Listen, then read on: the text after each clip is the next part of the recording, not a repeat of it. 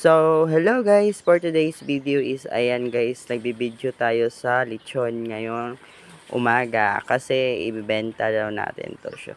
400 per kilo lang nito guys, at available ito dito lang sa amin guys, sa kapitbahay namin. So, ako yung nag-video dito guys para naman baka may mga kakilala na gustong bumili ng lechon dito lang sa Lapuyan guys.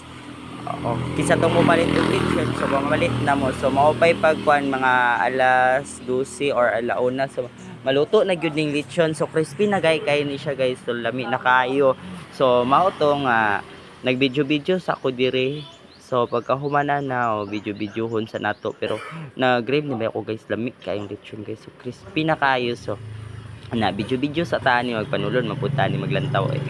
So kato ra guys, so video ta na mora jud ta, wala lain trabaho na wala tong camera guys na ara sa lechon permi nagtutok. So mo tong video na to ng kuan ang lechon diri kay kuan, pero 400 ra ang cash ani sa kisa tong mopalit og lechon. So PM lang mo karon nga adlaw. So diri ra ilahang ka pindaton, ilang call pindaton. So na guys, 400 ra ang kilo ani. So hapit na yun siya maluto.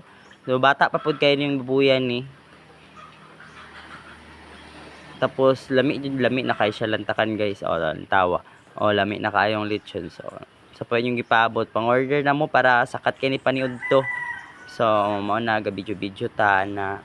So kato lang guys. So thank you so much guys sa inyohang sa inyong paglantaw sa to ang reel. So katora guys, thank you so much guys. So kisa tong mopalit og lechon, pamalit na mo kay available ang lechon karong adlaw. So kami wala pa mi lechon kay wala pa man mi baboy malechon. So katora guys, thank you so much.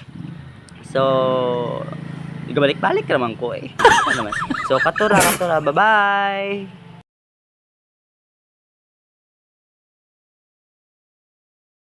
So wala pa rin ko nahuman og video ato ato pang girotate ato ang camera kay diri na punta sa pikas nga side mag video. So lantawan ninyo pula na kaayo.